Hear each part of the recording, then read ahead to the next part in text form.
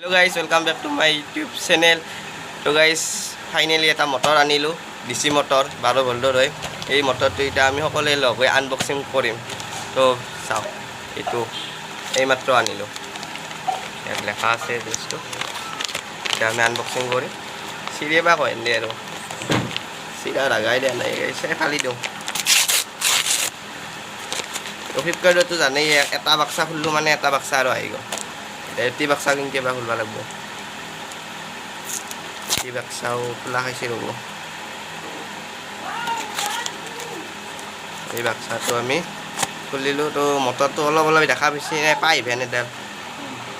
তো guys finally এটি মটৰটো চাই লওঁ।